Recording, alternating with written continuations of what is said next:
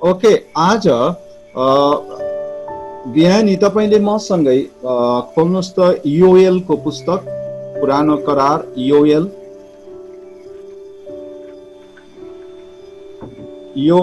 2 अध्याय।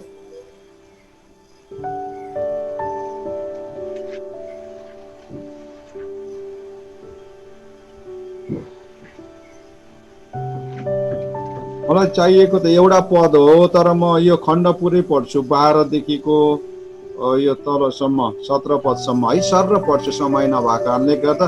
कसैले पाउनुभयो भएन, मेरो विचारमा बाइबल अलिक फरक हुन सक्छ। 1261-62 पेजतिर हुनुपर्छ है, तपाईँलाई सजिलो होला है भने।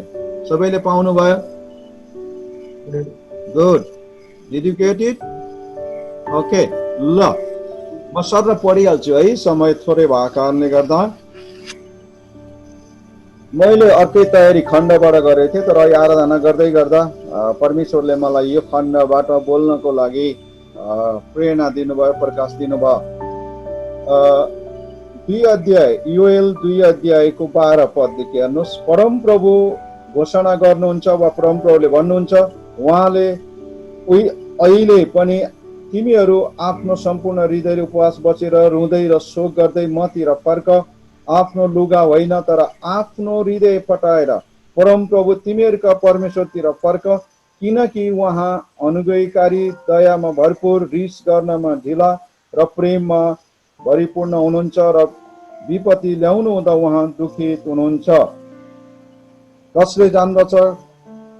कतै दुखित भएर उहाँले आफ्नो मन बदली आशिष दिनुहुन्छ। परमप्रभु तिमीहरूका परमेश्वरको निम्ति तिमीहरूले चढाउने अन्न बलि, अर्घ बलिहरू सियोनमा तुराई फुक, पवित्र उपवासको घोषणा गर, पवित्र सभा बोलाऊ, मानिसहरूलाई भेला गर, सभालाई अर्पण गर, धर्मगुरुहरूलाई जम्मा गर, नानीहरू र दुधे बालकहरूलाई बटुल।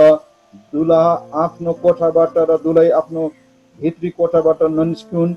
परम प्रभुको अघि सेवा गर्ने पुजारीहरू मन्दिरको दलान र वेदीको बीचमा रहन्। तिनीहरूले भनुन्, हे परम प्रभु, आफ्नो प्रजालाई बाँकी राख्नुहोस्, आफ्नो उत्तराधिकारीलाई गिल्लाको पात्र हुन र जाति जातिहरूको बीचमा हेलाको शब्द हुन नदिनुहोस्।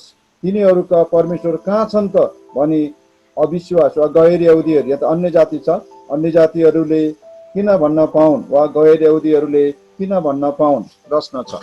परमेश्वरको वचन पढाइ सुनाइमा आशिष मिलोस्। यो मलाई चाहिएको खास 12 पद मात्रै हो, तर मैले खण्ड पढेको मात्र हो। धन्यवाद छ। धेरै कथा वस्तुतिर नजाउँ।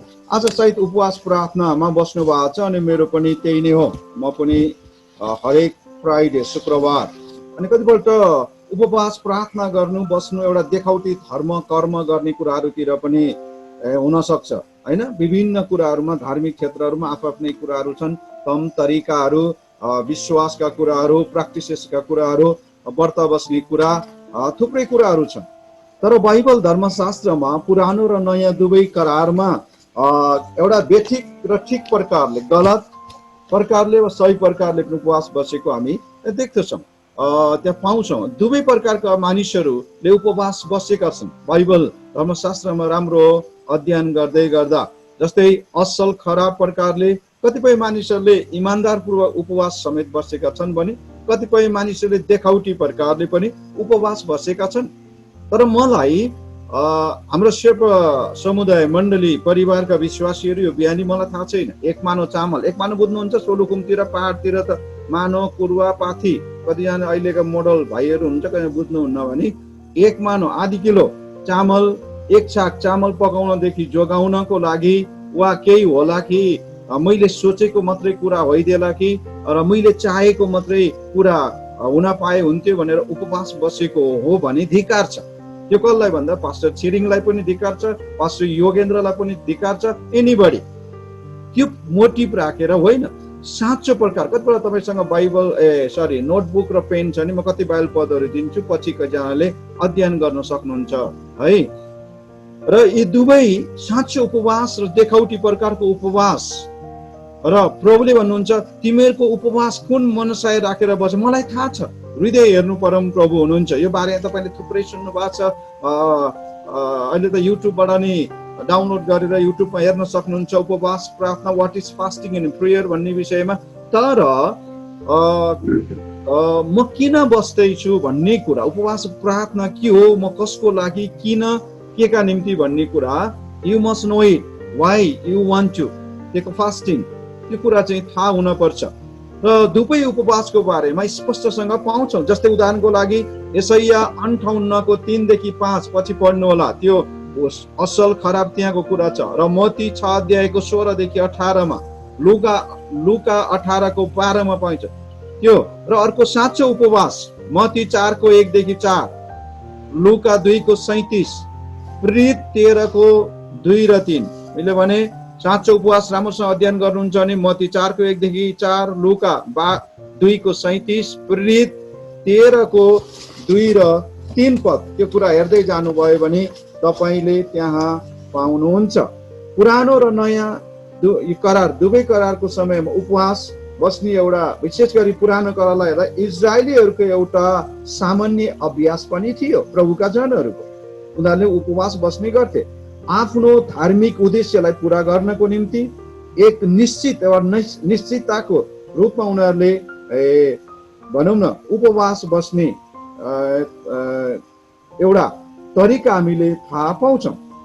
र उनीहरूले कसरी उपवास बस्थे भन्दा आफ्नो दुःख र वेदनालाई प्रकट गर्नको निम्ति पनि उपवास बस्ने गर्थे। दुःख, कष्ट, वेदना, अहिले हामी कोभिड-19 होइन भाइरसले गर्दा, यो कोरोना भाइरसले गर्दा नेपालमा मात्र होइन, तपाईँलाई मलाई मात्र होइन, सारा संसारमा नै यसले एकदमै आतंक फैलाइरहेको अवस्थामा छ। हामी हिँडिरहेका छौँ, जिरहेका छौँ, के होला भन्ने कुरो जीवनमा प्रश्नै प्रश्न छ प्रियजन। त्यसले गर्दाखेरि उपवास प्रार्थना बिना हामीले साँच्चै कुनै पनि काम गर्न अगाडि बढ्न सक्दैनौँ। त्यसले गर्दा हामी होसियारी पनि हुनपर्छ भन्ने कुरालाई पनि यसले देखाउँदछ।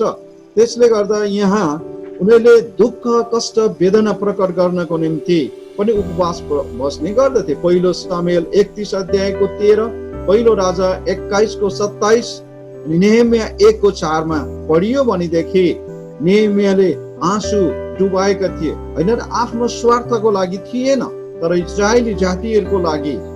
त्यसले गर्दा यो महत्त्वपूर्ण कुरा हामीले बुझ्नुपर्छ। अर्को साँचो पश्चाताप गर्नको निम्ति उपवास किन बस्ने रहेछ?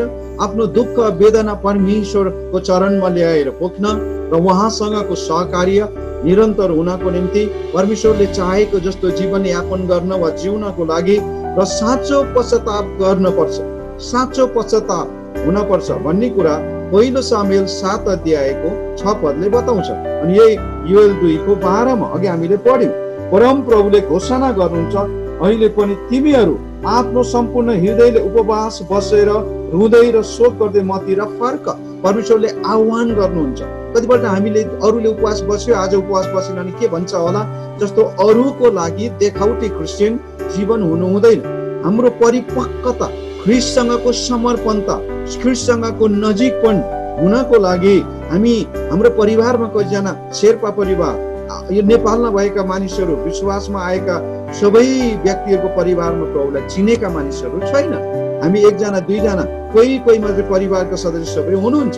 उनीहरू ख्रीष्टमा आउन सकुन्, उनीहरू बाँच्न सकुन् भनेर हामी परमेश्वरतिर फर्कन पर्दछ। त्यही भएर मैले अघि भने दुःख, कष्टको वेदनालाई एउटा प्रकट गर्नको निम्ति, साँचो पश्चाताप गर्नको निम्ति पनि, र अर्को इमानदारी पूर्वक उपवास प्रार्थना गर्नका निम्ति यहाँ आह्वान पनि गरिएको छ। दोस्रो इतिहास 20 अध्यायको 3 देखि 4 पद पढ्नुभयो, एज्रा 8 को 23 मा हेर्नुभयो भने त्यहाँ बताइएको छ। र अर्को कुरा मैले 1 मा भने आफ्नो दुःख र वेदना प्रकट गर्नको निम्ति, 2 नम्बरमा साँचो पश्चातापको निम्ति, 3 मा इमानदार पूर्वक परमेश्वरसँग नजिक हुन, 4थोमा परमेश्वरको महान योजना र इच्छालाई आफ्नो व्यक्तिगत जीवनमा बुझ्नको निम्ति, परमेश्वरले मलाई किन चुन्नु भयो, परमेश्वरको महान योजना के छ। 21औं शताब्दीमा खान लाउन मोजमजा गर्दा कृपया एउटा पशुले पनि गर्छ प्रियजनहरू। त्यसले गर्दा परमेश्वरले एउटा महान योजना तपाईँ र मेरो जीवनमा राख्नु भएको छ। त्यही भएर उपवास प्रार्थनामा अगाडि बढ्ने, अनि यो जसरी उपवास प्रार्थनामा तपाईँ सरिक हुनुहुन्छ वा सम्मिलित हुनुहुन्छ, अनि 5औं नम्बरमा दुष्ट शैतानको रणनीति सबै विफल हुनका निम्ति एउटा विजयताको जीवन जिउनको लागि हामी ख्रीष्ट येशूमा उपवास बसेर आत्मिकतामा परिपक्व हुन, परमेश्वरको योजना थाहा गर्नलाई हो। अर्को 6औं नम्बरमा परम प्रभुमा साँचो निर्णय लिएर सेवकाईमा अगाडि बढ्नको लागि पनि हो। परमेश्वरको सेवकाई, मिसनको काम हामी आफैले गर्न सक्दैनौँ है। हाम्रो बिहानको अब अहिले सुरु भइसक्यो, यो डिभोसन हुन्छ हाम्रो स्टाफहरूको बिचमा, अनि हामी यो पत्रहरू कति सिद्धिएर, उत्पत्तिको पुस्तक सिद्धिएर, अहिले प्रेरितको पुस्तक आज 7 अध्याय स्टेफेनको बारेमा थियो। 6 अध्यायमा हेर्दै गर्दा दुःख कष्ट आउँदाखेरि पनि प्रेरितहरूले हैन, पत्रुसको जीवन, यूहन्नाको जीवन हेर्दा अब नबोल्नु भन्दाखेरि उनीहरूले येशू नै ख्रीष्ट हुनुहुन्छ भनेर उनीहरूले प्रचार गरे। बोल्नेस, एकदमै साहसका साथ उपवास प्रार्थना वचनको कुरा हामी 5 अध्याय तपाईँ हेर्दै 2देखि नै हेर्दै आयो भने त्यहाँ पाउँछौँ। पवित्र आत्माको शक्ति र भरपुरीमा परमेश्वरको महान योजना पूरा गर्नलाई हो र प्रार्थना सहितको उपवासद्वारा आफ्नो जीवनलाई ख्रीष्ट जस्तै हुनको निम्ति, परिवर्तन हुनको लागि हाम्रा शील स्वभावहरू कतिपल्ट परिवर्तन भएको छैन। आज पनि उस्तै, भोलि पनि उस्तै, जति शिक्षा दिए पनि आज नै उस्तै विश्वासी, भोलि पनि उस्तै, पर्सि त दुरुस्तै। नेभर चेन्जेस, कहिले पनि परिवर्तन नहुने। आज पनि उस्तै, भोलि पनि उस्तै, पर्सि झन् दुरुस्तै। त्यो जीवन होइन। Your life should be change. जब परमेश्वर मेरो जीवन भित्र आउनुहुन्छ, मेरो जीवन परिवर्तन हुनुपर्छ। प्रियहरू, प्रार्थना उपवासमा शक्ति सामर्थ्य छ, अनि परमेश्वर जस्तै हुन, परिवर्तित हुन हामी आवश्यक छ। त्यसले गर्दा डाक्टर बिल्ली ग्रामले के भन्छन् भन्दा, उनको भनाइलाई मलाई साह्रै मन पर्छ। Every man whose life has counted for church, for the kingdom of God, has been a man of prayer. A prayerless Christian is powerless Christian. अनि यो चाहिँ उनको भनाइ एकदमै, चाहे मण्डलीको निम्ति होस् वा किङडम अफ गड, परमेश्वरको राज्यको निम्ति होस्, वो चाहिँ प्रार्थनाको व्यक्ति हुन पर्छ। यदि ऊ प्रार्थनाको जीवन छैन भने वो चाहिँ शक्तिविहीन क्रिस्चियन हो, त्यो नामधारी हो, उसले केही गर्न सक्दैन, ऊ अगाडि बढ्न सक्दैन। आफ्नो इच्छामा बढ्न सक्ला तर परमेश्वरको इच्छा पूरा गर्न सक्दैन। त्यसले गर्दाखेरि ए प्रेयरलेस क्रिस्चियन इज पावरलेस क्रिस्चियन। देखाउटी हप्ताको एकचोटि ठेक्काको काम ठेकदारले गरे जस्तो काम होइन। कन्टिन्युअसली एभ्री डे, हरेक दिन बखत तपाईँ र मेरो जीवन परमेश्वरसँग गाँसिएको जीवन, प्रभुसँग नजिक भएको जीवन। यो कोभिड-19 ले गर्दा हो एकै ठाउँ भेला हुन नपाए तापनि परमेश्वरलाई धन्यवाद, यो टेक्नोलोजीद्वारा, जुमका कुराहरूद्वारा हामीले परमेश्वरको उपासना महिमा गर्ने मौका पाइरहेका छौँ। म पनि प्रायः यी 3-5 महिनामा धेरै व्यस्त छु। परमेश्वरको वचन सिक्ने, सिकाउने, आफै पनि सिक्दैछु। अनि बडो राम्रो प्रकारले गएको हप्तामा म भुटानतिर थिएँ, नेदरल्यान्डतिर थिएँ, नागाल्यान्डतिर थिएँ, युए तिर थिएँ र यो हप्ता पनि हुनेछु। यी दिनहरूमा है यी सबै प्रकारले यो किन भन्दा म आफै पनि तम तयारी हुन पर्छ। ए पावरलेस क्रिस्चियन, प्रेयरलेस, जब प्रार्थना छैन, प्रेयरलेस क्रिस्चियन इज पावरलेस क्रिस्चियन। त्यही भएर परमेश्वरको इच्छा खोज्न, परमेश्वरको महान आज्ञा पूरा गर्नको निम्ति, यो राष्ट्र बाँच्नको लागि कोभिड-19 ले गर्दा कतिजनाको काम जागिर खोसिएको छ। यहाँ मात्र होइन, सारा संसारमा निराशपन ल्याइदिएको छ। यस्तो परिवेशमा हाम्रा आँखा संसारतिर होइन, ख्रीष्टतिर लगाउन पर्छ। दुःख कष्ट आपद विपद आउँदाखेरि पनि हामीले येशू प्रभुतिर हेर्न पर्छ भन्ने अर्को शिक्षा र यसको सिद्धान्त, मूल्य र मान्यता हो। त्यसले गर्दाखेरि हामीले उपवासले गर्दा जीवन, व्यक्तिगत जीवन, नेसन, राष्ट्रको इतिहास नै परिवर्तन हुन्छ। हालेलुया। जब हामी परमेश्वरको नजिक हुन्छौँ, हाम्रो उपवास प्रार्थनाले मेरो जीवन, मेरो परिवार अनि यो राष्ट्र परिवर्तन हुन पर्छ। प्रियजन, त्यो हामी चाहिँ महत्त्वपूर्ण हो। हन्नाले गरेको प्रार्थना, उपवास प्रार्थना, त्यो रुवाईलाई परमेश्वरले सुन्नुभयो र उहाँले आशिष दिनुभयो। नेहेमियाले गरेको उपवास प्रार्थना अरूको निम्ति थियो, इजरायलीहरूको निम्ति थियो। इजरायलले गरेको उपवास प्रार्थना इजरायलीहरूको आत्मिक जीवन भत्किएको पर्खाल निर्माण गर्ने कुरा, परमेश्वरको इच्छा खोज्ने कुरालाई देख्छौँ हामीले। त्यही भएर एस्तर रानीले गरेको प्रार्थनाले देशमा ठुलो परिवर्तन आयो। आफ्ना जाति मानिसहरूलाई परमेश्वरले मृत्युको मुखबाट बचाउनु भयो र जीवन दिनुभयो। प्रियजन, एकजना मानिसले गरेको प्रार्थना, उपवास सहितको प्रार्थनाले परिवर्तन, मानिसको जीवन, राष्ट्रका शासकहरूको जीवन परिवर्तन हुन सक्छ। आज के तपाईँ र मेरो जीवन यस्तो छ? हामी आफैलाई विचार गर्न पर्छ भने उपवास प्रार्थनामा साँच्चै नै यसको लक्ष्य र उद्देश्यलाई तपाईँ र मैले बुझ्न पर्दछ। प्रियजनहरू, यसले हामीले आफ्नो इच्छा होइन, परमेश्वरको इच्छा खोज्नु पर्छ। कतिपल्ट प्रार्थना गर्दा जवाफ आउँदैन, कतिपल्ट प्रार्थना गरेर पनि हाम्रो जीवन निराशमा हुन्छ। कतिपल्ट हामी आफ्नो स्वार्थको लागि, हाम्रै आफ्नै मेरै व्यक्तिगत खालि म मेरो मेरो मेरो भन्ने कुराहरू आउँछ। कहिलेकाहीँ हामी अरूको लागि होइन आँसु बगाउँदैन। कतिपल्ट आफ्नो लागि 12-1 बजे राति पनि उठेर धेरैपल्ट आँसु, म आफैले नि त्यसो गरेको छु धेरैपल्ट, धेरै वर्ष अगाडि, कतिपल्ट नबुझेर। तर अब मैले जब अरूको लागि प्रार्थना आँसु बगाउँदछु प्रियजन, अनि आशिष परमेश्वरले मलाई दिनुहुनेछ, राष्ट्रलाई दिनुहुनेछ, देशलाई, यो परिवारलाई। त्यसले गर्दा मण्डली परिवारलाई प्रार्थनामा के हुन पर्छ? म अन्तिममा आइसकेको छु। प्रार्थनामा के हुन पर्छ त? साँचो पश्चाताप हुन पर्छ। प्रार्थना, उपवास प्रार्थना त गर्ने साँचो पश्चाताप, आफूले गरेका पाप भुल गल्तीबाट बाहिर आउनको लागि देखाउटी पश्चाताप होइन, हृदयबाटको। यहाँ के भनेको छ भन्दा, तिमीहरूको हृदय फटाएर मतिर आउ लुगा।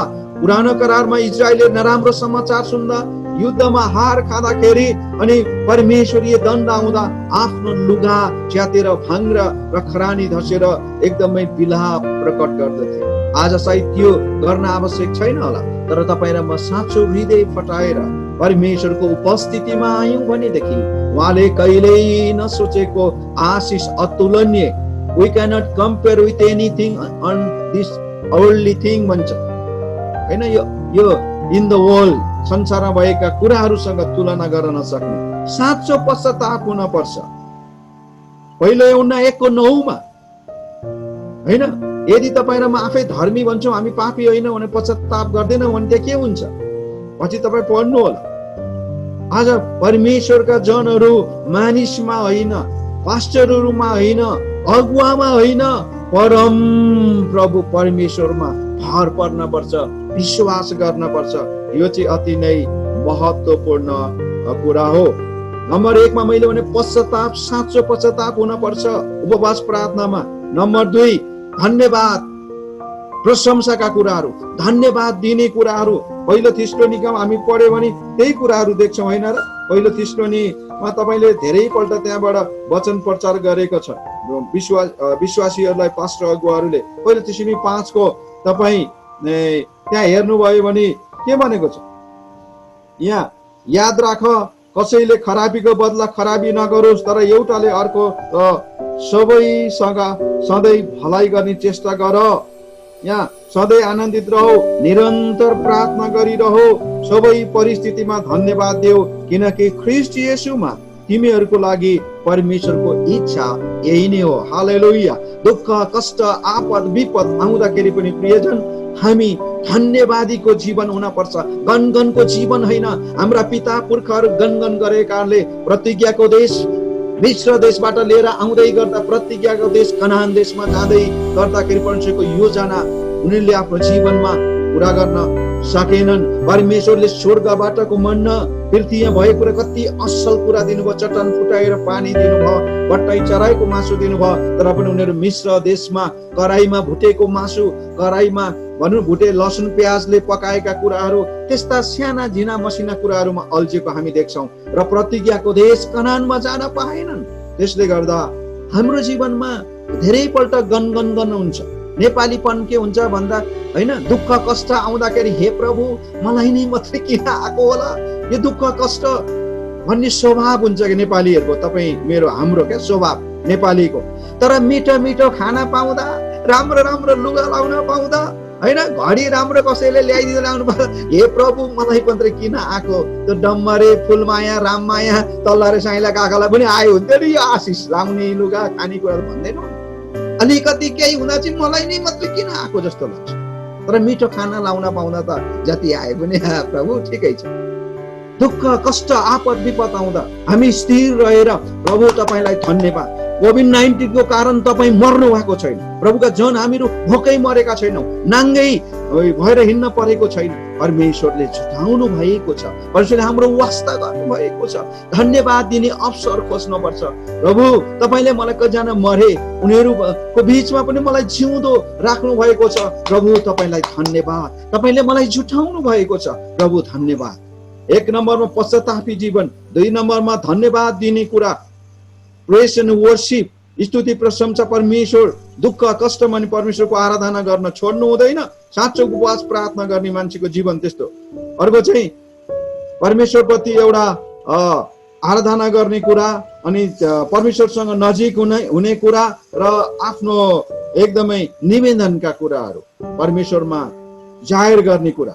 र अर्को प्रार्थना किन गर्ने भन्दाखेरि परमेश्वरलाई महिमा दिन। यूहन्ना 14:13 बताउँछ प्रार्थना गर भन्ने उपवास प्रार्थना आज्ञा छ। पहिलो थिस्सलुनी 5:17 हेर्न सक्छौँ। र परमेश्वरसँग बातचित गर्ने कुरालाई देखाउँछ। यिर्मया 33:3 छ। र संगति गर्न, नजिक हुने, एकअर्का असल साथीत्व निर्माण गर्ने।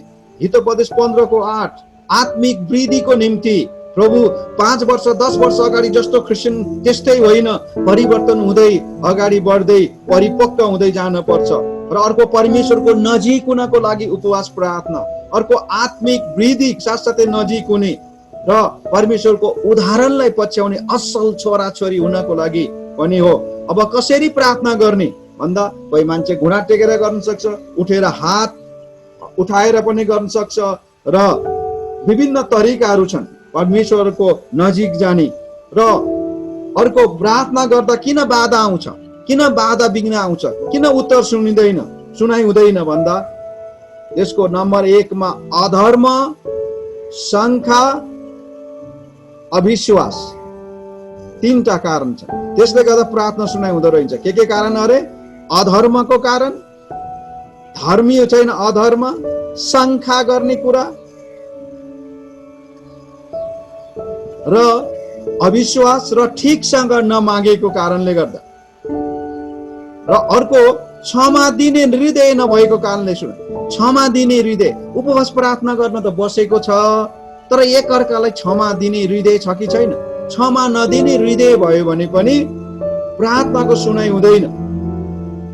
त्यसले गर्दा एउटा उदाहरण दिन्छु म, सिकाइसके। भारतको प्रधानमन्त्री धेरै वर्ष अगाडि साउथ अफ्रिकामा उहाँ जानुभएको थियो, होइन? साउथ अफ्रिका जाँदा त्यहाँको प्रशासनले नचिनेको कारण को कसो भनेर पक्रेर कुटपिट गर्न थाल्यो। र पछि थाहा भयो उनी चाहिँ एउटा भारतको प्रधानमन्त्री रहेछन् भने पछि थाहा भइसकेपछि ती प्रशासकहरूले उनको खुट्टा पक्रेर प्रहरीहरूले क्षमा मागे र निहुरेर खुट्टा, अनि होइन त्यसो नगर, तपाईँले गर्न आवश्यक छैन, मेरो खुट्टा समात्न आवश्यक छैन, किनभने तपाईँले यसो गर्नुभन्दा पहिला नै मैले क्षमा दिइसकेँ। हेर्नुहोस् त, तपाईँले मेरो खुट्टा समात्नुभन्दा अगाडि मेरो हृदयबाट मैले तपाईँहरूलाई क्षमा दिइसकेँ। प्रियजन, आज प्रभुका जन तपाईँ र म, एउटा प्रभुलाई नचिनेको मानिसले पनि त्यसो गर्छ भने हामी हाउ मच मोर भन्छ नि, कति धेरै तपाईँ र म अझ अगाडि बढ्न पर्ने हो। प्रियजन, त्यसले गर्दा मेरा आदरणीय दाजुभाइ दिदीबहिनीहरू, हामी होसियार पनि हुन पर्छ। त्यसले हामी यो जोन विस्लीले के भनेका छन् भन्दा प्रार्थना सम्बन्धी म पढ्दै थिएँ, पढ्यो मलाई छोयो, म अन्तिम आइसके सिद्ध्या। र जोन विस्लीले के भन्छन् भन्दा I have so much to do that I must spend several hours in prayer before I am able to do it. कस्तो राम्रो छ। मैले कुनै काम गर्नुभन्दा पहिला होस् मसँग धेरै काम गर्नु छ, तर त्यो भन्दा बढी मैले धेरै समय आवर्स घण्टाहरू प्रार्थनामा बिताउन आवश्यक छ। तपाईँ र म त अहिले फुत्त भन्ने बित्तिकै पुर्लुक्क माथि ट्वाक्क झैसो खप्प खान पाए हुन्थ्यो, त्यस्तो खालको प्रार्थना हुन्छ आर्टिफिसियल प्रकारको। We don't wait upon the Lord, परमेश्वरमाथि भर पर्दैनौँ, पर्खँदैनौँ। त्यसले गर्दाखेरि हामी कसरी अगाडि बढिरहेका छौँ, त्यो चाहिँ महत्त्वपूर्ण कुरा हो। Prayer is the Christian business. Luther, he says once like this, as it is the business of tailors to make clothes and clovers to make shoes, so it is the business of Christian to pray. कस्तो राम्रो आफ्नो business छ यो, व्यापार पैसा कमाउने होइन। प्रभुको राज्य यो देशमा सारा संसारमा फैलिने, प्रभुसँग नजिक हुने हाम्रो यसलाई बिजनेस व्यापार जस्तै तपाईँ र मेरो उपवास प्रार्थना हुन पर्छ, अरूको फाइदाको लागि पनि, मेरो जीवनको फाइदाको लागि। त्यही भएर परमेश्वरले ठुलो योजना तपाईँ र मेरो जीवनमा राख्नु भएको छ। यदि शङ्का, अपराध, अरूलाई क्षमा नदिने हृदय कठोर छ भने परमेश्वरले हाम्रो गरेको प्रार्थना सुन्नुहुन्न। आशिष मैले पाउँदिन, मेरो परिवार र राष्ट्रले म एकजनाको कारणले गर्दा दण्ड आउन सक्छ। त्यसले गर्दा बी केयरफुल। आज तपाईहरुसँग संगति गर्न पाउँदा थुप्रै कुराहरू हुँदा हुँदै पनि तपाईलाई म लास्टमा यही कुरा चुनौती दिन्छु। आज तपाईँ र म कोभिड-19 ले गर्दाखेरि सायद एउटा उजाड स्थान जस्तै भएर हिँडिरहेको अवस्था छ र याकुबले पनि भन्छन्, दुःख, कष्ट, आपद, विपद आउँदा तिमीहरू परिपक्व हौ विश्वासमा, परिपक्व भएर अगाडि बढ भन्ने अर्थ दिन्छन्। याकुब 1:2-4 पदमा अन्तमा मरुभूमि, यो अहिलेको कोभिड-19 को कारणले गर्दा मरुभूमिको दुःख कष्टको अनुभवले हामीलाई विश्वासमा परिपक्व बनाउँदछ र आत्मिक क्षेत्रमा वृद्धि गराउँछ। हामी निराश हुनु हुँदैन, हामी परिपक्वतामा विश्वासमा बलियो हुँदै अगाडि बढ्नलाई परमेश्वरले तपाईँ र मलाई साँच्चै नै आशिष दिनुभएको होस् भन्ने बिन्ती प्रार्थना प्रभुसँग म गर्नेछु र प्रार्थनाद्वारा दुष्ट शैतान माथि विजय हुन्छौँ। त्यो आमोस 7:1-6 पढ्नुभयो भने अर्को चाहिँ प्रार्थनाद्वारा दुष्ट शैतान हाम्रो जीवनबाट भूत आत्माहरू भाग्छन् भनेर याकुब 4:7 पनि बताउँछ। प्रार्थनाद्वारा परमेश्वरले आफ्ना दूतहरू पठाउनुहुन्छ हाम्रो सुरक्षाको लागि। तपाईँ दोस्रो राजा 6:15-17 पद पढ्नुभयो, दानियल 10:13 पद पढ्नुभयो भने त्यहाँ उल्लेख गरिएको छ प्रार्थनाद्वारा आश्चर्यको काम परमेश्वरले हाम्रो जीवनबाट गर्नुहुन्छ। यूहन्ना 6:11 तलको पद, त्यसपछि जकरिया 4:6-7 पढ्यो भने प्रार्थनामा शक्ति छ, प्रार्थनाद्वारा जीवन सबै कुरा परिवर्तन हुन्छ। पश्चातापले गर्दा हामी साँचो पश्चातापले गर्दा आत्मिक फलहरू फल्न सक्छन् र क्षमापनको प्रार्थनाले एक अर्कालाई निर्माण गर्छ। परमेश्वरले हाम्रो जीवनबाट त्यही नै चाहनुहुन्छ। प्रियजन, अन्तमा हाम्रा लुगाहरू होइन, हाम्रो हृदय पटाएर परमेश्वरको नजिक जानलाई परमेश्वरले सद्बुद्धि र ज्ञान दिउन्। प्रार्थना उपवासको उद्देश्य र लक्ष्य बुझेर प्रार्थनामा अगाडि बढ्नुहोस्। आत्मिकतामा परमेश्वरले धेरै आशिष दिउन्। God bless you. जय मसीह। प्रभुले आशिष दिउन्।